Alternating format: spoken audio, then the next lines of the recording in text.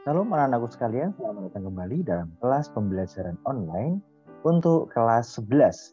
Pada kesempatan kali ini kita akan melanjutkan materi tentang relasi bermakna antara keluarga, gereja, dan sekolah. Dan bacaan Alkitab dalam Ulangan 6 ayat 7 sampai 9, Efesus 4 11 sampai 15. Saya ulangi dulunya. Relasi bermakna antara keluarga, gereja, dan sekolahku.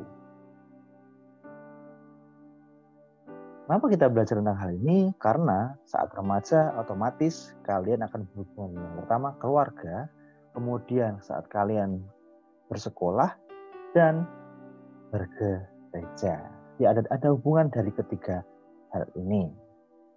Pengantar dalam materi ini. Manusia adalah makhluk ciptaan Allah yang dianugerahi akal, pikiran, dan memiliki potensi untuk beriman kepada Allah dan dengan akalnya mampu memahami gejala-gejala alam, memiliki rasa tanggung jawab atas segala tingkah laku, dan memiliki akhlak.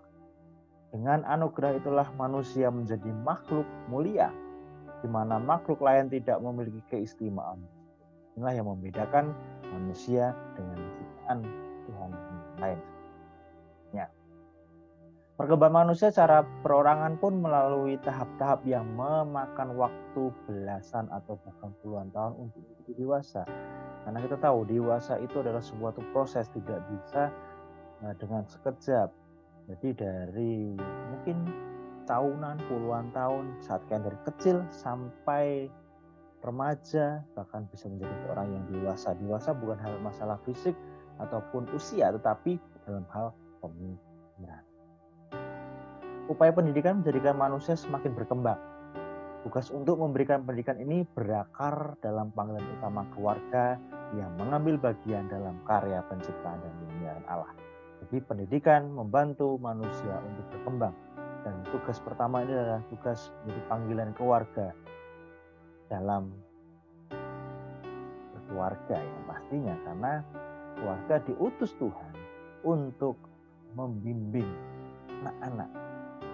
Jadi Tuhan memerintahkan keluarga untuk membimbing, mendidik anak untuk bisa berkembang. Karena apa? Karena manusia yang pasti tidak bisa bertumbuh secara pribadi atau sendiri, pasti ada membutuhkan orang lain. Yang pasti orang lain itu siapa yang pertama? Pastilah keluarga. Dengan memiliki anak, keluarga terutama orang tua mengemban tugas untuk membantu agar anak tersebut betul-betul berkembang dan hidup sepenuhnya sebagai manusia sehingga ia dapat mengembangkan setiap potensi yang ada pada dirinya secara optimal. Melalui pendidikan pula, manusia dapat mengembangkan berbagai ide dan menerapkannya dalam kehidupan sehari-hari sehingga dapat meningkatkan kualitas hidup manusia itu sendiri. Anak dan pendidikan. Alkitab memberikan kesaksian bahwa tugas orang tua untuk mendidik anak-anak sejak kecil sehingga tumbuh menjadi pribadi yang kuat baik secara intelektual maupun kepribadian, lebih dalam nilai ketaatan terhadap Tuhan.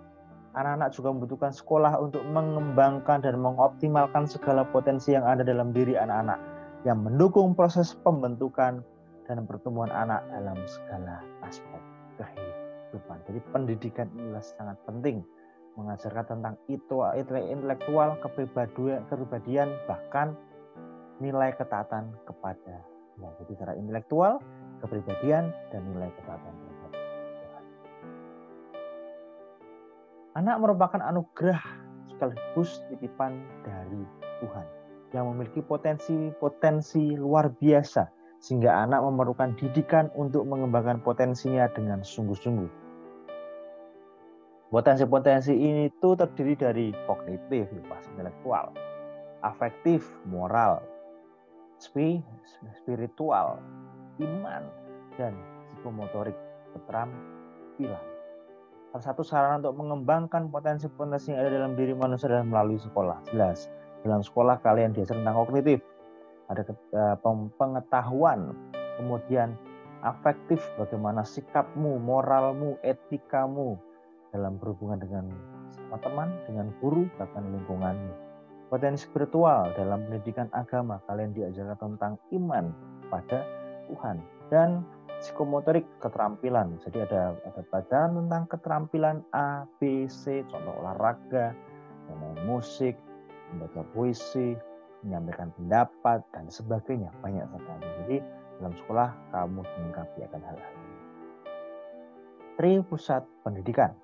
Seluruh pendidikan manusia dapat berlangsung dalam tripusat pendidikan, yaitu dalam keluarga, yaitu dalam rumah, di sekolah, dan di gereja sebagai lembaga masyarakat.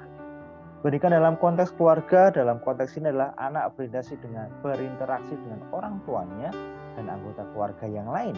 Ia memperoleh pendidikan informal, terutama melalui proses sosialisasi dan edukasi berupa pembiasaan atau habit formation.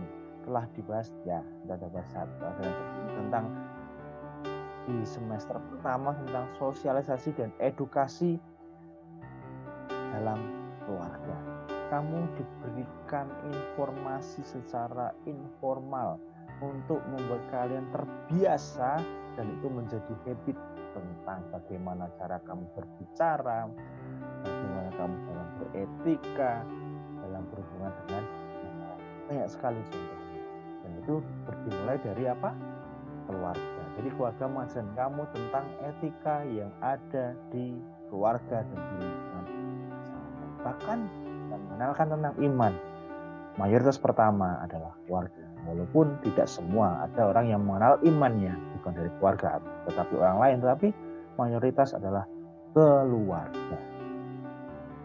Tripusat pendidikan yang kedua adalah pendidikan dalam konteks gereja. Di sini anak berinteraksi dengan seluruh anggota gereja yang berbeda secara umur, tingkat sosial maupun budaya. Jelas dalam gereja kita bertemu dengan anak kecil, orang dewasa, orang tua, tingkat sosial yang berbeda maupun budaya dari suku yang lain, banyak sekali. Yang memperoleh pendidikan non formal atau pendidikan di luar sekolah yang berupa berbagai pengalaman hidup. Agar gereja dapat melakukan eksistensinya, maka harusnya gereja generasi muda, anak remaja muda selalu mendapat warisan atau penelusuran baik nilai-nilai sikap, pengetahuan, keterampilan maupun bentuk kelakuan lainnya sesuai dengan diri. Bagaimana di gereja akan memperoleh dasar-dasar Kristiani tentang iman kepada apa yang harus kalian lakukan dan apapun yang tidak boleh kalian lakukan. Bagaimana kamu mengenal siapa Tuhan dan apa yang diajarkan dari agama kita membaca firman.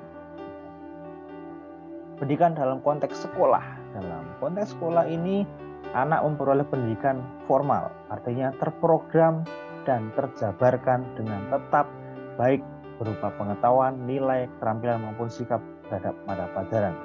Jadi kalau tadi keluarga informal, kemudian gereja non formal, kalau sekolah formal, terprogram ya. Jadi A, B, C, D, N, G, pelajaran A, B, C semua sudah terprogram untuk kalian memperolehnya. Jadi baik berupa pengetahuan, nilai-nilai, keterampilan maupun sikap terhadap mata pelajaran. Anak-anak berinteraksi dengan lingkungan yang lebih luas bersama teman sebayanya. Kalau di sekolah tetap berhubungan dengan teman sebayanya dan guru. Jadi orang yang lebih dewasa yang menjadi mentor atau pengampu, pembimbing kalian untuk memperoleh itu. Aspek yang penting yang mempengaruhi perkembangan anak di sekolah dapat berupa bahan-bahan pengajaran, teman, dan sahabat didik, guru serta para pegawainya. Karena di sekolah kalian akan bertemu dengan pengajar, guru, teman, dan sahabat serta pegawai-pegawai yang di sekolah. Sekolah berfungsi untuk mengembangkan kemampuan dan membentuk watak serta peradaban anak bangsa yang bermartabat dalam rangka mencerdaskan kehidupan bangsa. Sekolah juga bertujuan untuk mengembangkan potensi peserta didik agar menjadi manusia yang beriman dan bertakwa kepada Tuhan Yang Maha Esa. Mulia, sehat, berilmu, cakap, kreatif, mandiri, dan menjadi warga negara yang bertanggung jawab. Baik para guru maupun murid dalam kehidupan harus tetap berakar dan berpusat pada figur Tuhan Yesus yang digerakkan oleh dinamika Roh Kudus. Tuhan Yesus di dalam pendidikan agama Kristen dikenal sebagai Tuhan, Juru Selamat, dan Guru yang Agung. Sebagai Guru yang Agung, Yesus tidak hanya memperkenalkan siapa Allah yang sesungguhnya, tetapi juga memberikan teladan kehidupan bagi para murid. sampai saat ini. Jadi guru bertanggung jawab untuk memperkenalkan siapa Tuhan kita, Kristus itu siapa yang kita, dan memberikan teladan kepada murid-murid bagaimana harus menjadi umat yang berkenan di hadapan Tuhan. Jadi dalam pelajaran agama kamu dikenalkan dengan iman yang lebih dalam lagi, pengetahuan yang lebih dalam lagi tentang Tuhan sebagai Guru Selamat, Guru Agung, dan Tuhan yang Maha Esa. Relasi antara sekolah dan keluarga. Sekolah merupakan pihak sekunder dalam pendidikan anak. Tetap pihak primer tetap berada di tangan orang tua. Kita harus tahu itu semuanya. Sekolah itu hanya pihak sekunder yang sangat bertanggung jawab, pastilah orang tua sebagai pihak primer, sama ayah dan ibu yang telah dipilih dan ditetapkan oleh Tuhan. Pendidikan anak merupakan tantangan berat bagi orang tua, namun hal tersebut merupakan tugas mulia karena orang tua adalah pendidik utama dan pertama. Nah, jadi kalau kalian nanti sudah berkeluarga dan memiliki anak, kalian adalah pendidik yang utama dan pertama. Dan sekolah membantu meringankan tantangan tersebut. Sekolah hadir sebagai mitra yang berkolaborasi dengan orang tua dalam mendidik generasi berikutnya sebagai penerus pelaksana misi Tuhan Bapa. Jadi keluarga dan sekolah saling bekerja sama, tidak bisa keluarga lepas tangan, tidak mau tahu pokoknya anaknya setelah disekolahkan pasti pinter, pasti jadi baik. Tidak bisa. Jadi orang tua juga harus membantu mendidik, karena sekolah itu hanya membantu. Nah, adalah pihak sekunder yang terutama adalah orang tua. Bagaimana orang tua dan sekolah harus bersama untuk mengontrol, untuk menjaga kalian, memotivasi kalian untuk kalian bisa kan. Bagi pihak penopang, sekolah perlu menjamin komunikasi dengan keluarga. Sebaliknya, keluarga dituntut untuk bersedia memberikan dukungan bagi kelangsungan dan pekerjaan Tuhan melalui sekolah. Jelas ya, tapi keluarga dipanggil untuk memberi waktu lebih banyak untuk berdiskusi baik dengan guru di sekolah maupun dengan anak mereka mengikuti pendidikan.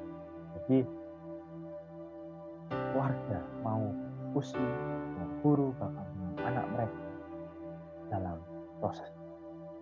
Sekolah dan orang tua juga perlu terbuka dan mengusahakan agar lebih mengenal satu sama lain, sehingga dapat memahami dari segi apa dorongan dan motivasi dapat diberikan dalam perkembangan anak.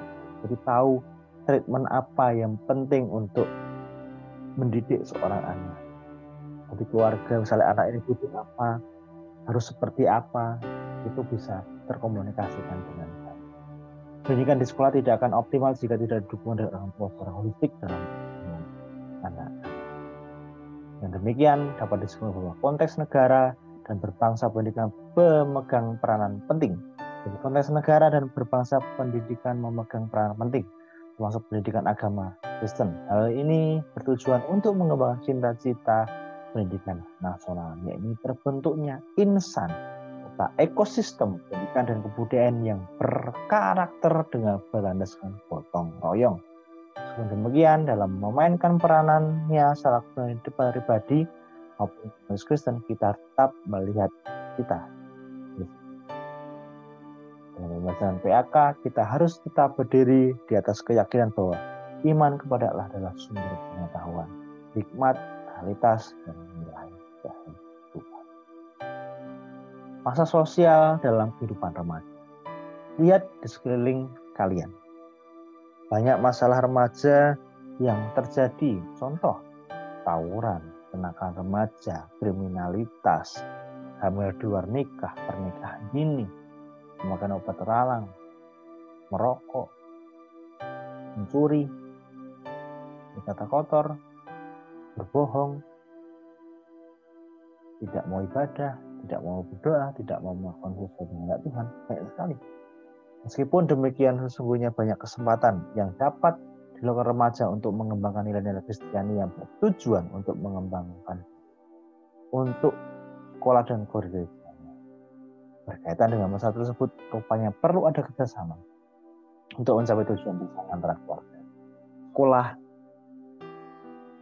gereja, keluarga, untuk mengembangkan nilai-nilai Kristiani yang dampaknya dapat langsung dirasakan oleh orang tua. Misalnya menciptakan lingkungan yang lebih adil, lebih manusiawi, dan mengembangkan kesetaraan dalam perspektif Tuhan. Jadi kalian harus menjadi pribadi yang baik. Jangan saya menjadi remaja yang gagal karena kenakalan remaja, karena sikap-sikap yang tidak berkenan.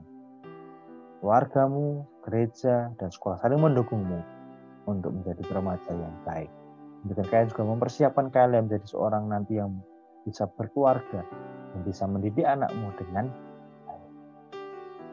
Di rangkuman dari materi ini, sekolah merupakan pihak sekunder dalam pendidikan. Benar.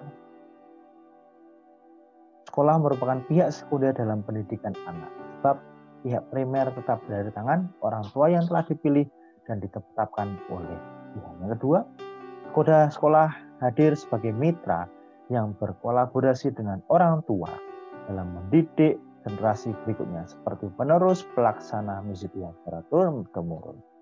Kemudian komunikasi antara sekolah keluarga perlu terjalin dengan baik. Keluarga dituntut untuk bersedia memberikan dukungan bagi kelangsungan dan pekerjaan Tuhan melalui sekolah. Karena pendidikan di sekolah tidak akan optimal jika tidak ada dukungan dari orang tua secara holistik dalam pertumbuhan. Jadi penting sekali adanya relasi yang baik antara keluarga, sekolah, dan gereja. Mari kita mau bersama-sama belajar untuk menjadi pribadi yang lebih baik lagi, saling menghargai, saling menjadi pribadi yang sejahtera. Selamat belajar, kiranya Tuhan Yesus memberkati kita semuanya. Salam.